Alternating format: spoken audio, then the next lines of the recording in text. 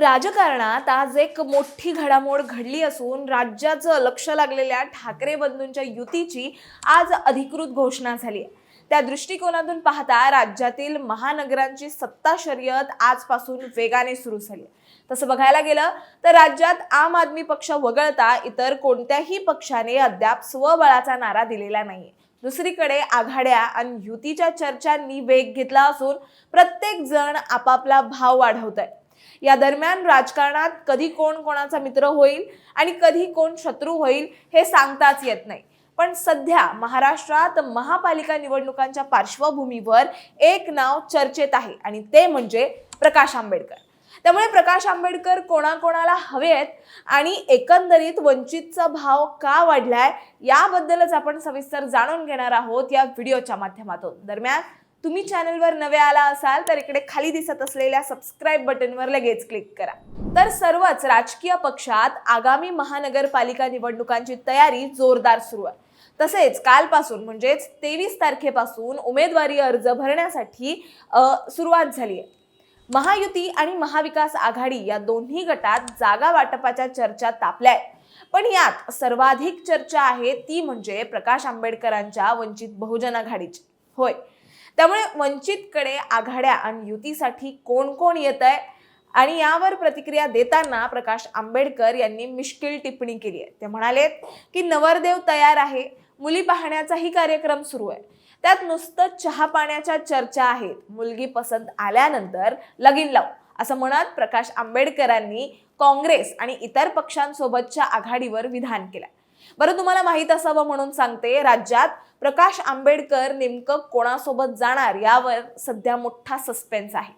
एकीकडे मुंबई आणि नागपुरात प्रकाश आंबेडकर काँग्रेसची आघाडी करणार असल्याच्या चर्चा आहेत। तसेच वंचित बहुजन आघाडीची राज्यात एकनाथ शिंदे यांच्या शिवसेनेसोबत 12 ठिकाणी तसेच अजित पवारांच्या राष्ट्रवादीसोबत 10 ठिकाणी चर्चा सुरू आहे। पण काँग्रेस सोबत फक्त चर्चाच आहेत, जागा वाटप संदर्भात कुठलीही चर्चा सुरू नसल्याचंही समजतंय। महत्वाचं म्हणजे आता ठाकरे बंधूंच्या युतीत वंचित सामील व्हावी यासाठीही प्रयत्न सुरू होते, कारण दलित आणि मराठी मतदारांना एकत्र आणण्याची रणनीती आहे। मात्र जागा वाटपावरून चर्चा रखडली आणि वंचितने स्वतंत्रपणे 200 जागांवर लक्ष केंद्रित करण्याचा निर्णय घेतला, विशेषतः अनुसूचित जाती म्हणजे SC आणि भटक्या जमातीच्या मतदारांवर। दरम्यान मुंबई महापालिका निवडणुकीत वंचितचा भाव खूप वाढलाय एवढं नक्की। यावर प्रकाश आंबेडकरांनी स्पष्ट सांगितलंय की मुंबईत काँग्रेस सोबत मुंबईत अद्याप जागा वाटपावर कुठलीही बोलणी सुरू झालेली नाहीये आणि वंचितची 227 पैकी 200 जागांवर लढण्याची तयारी आहे। पुढे ते म्हणाले की 50% जागा वाटपांवर आम्ही ठाम आहोत। काँग्रेसने वंचितशी मुंबईसाठी चर्चा केल्यात, पण महाविकास आघाडीमधील फुटीमुळे काँग्रेस एकटी पडू शकते आणि यासाठीच उद्धव ठाकरेंच्या शिवसेनेने थेट राहुल गांधींना आघाडीसाठी संपर्क केला। पण काँग्रेस मनसेसोबत जाणार नाही म्हणून वेगळी राहण्याचा निर्णय घेतला। यासाठीच उद्धव ठाकरेंच्या शिवसेनेने थेट राहुल गांधींना आघाडीसाठी संपर्क केला, पण काँग्रेस मनसेसोबत जाणार नाही म्हणून वेगळं राहण्याचा निर्णय घेतला। यामुळे वंचितची बार्गेनिंग पॉवर आता वाढली असल्याचं समजतंय। काँग्रेसचे नेते विजय वडेट्टीवार यांनी मुंबई, चंद्रपूर, नागपूर आणि अकोल्यात वंचितशी आघाडीची इच्छा व्यक्त केली आहे। आता प्रकाश आंबेडकर काँग्रेससोबत आघाडी करणार असल्याची शक्यता वर्तवली जात असताना त्या दोघांमधलं राजकीय नातं आजवर कसं होतं आपण हे पाहूया।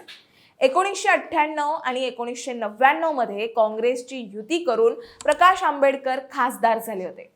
पुढे 1999 मध्ये विलासराव देशमुखांच्या मंत्रिमंडळात भारिप बहुजन महासंघाचे 3 मंत्री होते। पुढे 2003 मध्ये प्रकाश आंबेडकरांनी काँग्रेसची साथ सोडली आणि 3 मंत्र्यांचा राजीनामा नाकारला। त्यामुळे पुढे काँग्रेस सोबत नसताना प्रकाश आंबेडकरांचा 2004, 2009, 2014 तसेच 2019 आणि 2024च्या निवडणुकीत पराभव झाला। 2019 मध्ये प्रकाश आंबेडकरांची वंचित बहुजन आघाडीतून काँग्रेसची चर्चा झाली, मात्र ऐनवेळी चर्चा फिसकटली। पुढे 2019 मध्ये वंचित आणि काँग्रेसची चर्चा फिसकटली होती आणि वंचितने 42 लाख मतं घेऊन काँग्रेसला 5 ते 6 जागांवर फटका दिला होता। 2019च्या विधानसभेतही शेवटपर्यंत चर्चा सुरू होती, पण वंचितने 240 उमेदवार दिले आणि काँग्रेसला 30हून अधिक जागांवर त्याचं नुकसान झालं. पुढे 2024च्या लोकसभा विधानसभा निवडणुकीतही वंचित काँग्रेसची चर्चा सुरू होती, मात्र आघाडी काही झाली नाही. आणि एवढंच नाही तर नगरपालिका निवडणुकीत बुलढाणा, नांदेडमध्ये वंचितची काँग्रेससोबत आघाडीची घोषणा झाली होती, मात्र मतदानाआधीच त्यांनी माघार घेण्यात आली. मंडळी, दोन्ही पक्षांचा हा इतिहास दाखवतोय की वंचित आणि काँग्रेसमध्ये नेहमीच ऑन अँड ऑफ असे संबंध राहिलेत. आता या सगळ्यात वंचितचा फायदा काय आणि एकंदरीत वंचितचा भाव का वाढलाय असा प्रश्न जर तुम्हाला पडला असेल, तर या सगळ्यात वंचितचा फायदा असा की महाविकास आघाडीतील फूट आणि ठाकरे बंधूंच्या युतीमुळे सुरू असलेले मतभेद, तसेच दुसरीकडे महायुतीच्या ताकदीमुळे वंचितची भूमिका आता आणखीनच महत्त्वाची झाली आहे. त्यामुळे आता मुंबईत वंचित काँग्रेसची हातमिळवणी करेल का की वंचित स्वबळावर लढेल हे बघणं तितकंच महत्त्वाचं ठरणार आहे. तुम्हाला याबद्दल काय वाटतं हे आम्हाला कॉमेंट्समध्ये नक्की सांगा आणि अशाच माहितीपूर्वक व्हिडिओ बघण्यासाठी लगेचच सबस्क्राईब करा प्राईम टाइम महाराष्ट्रला.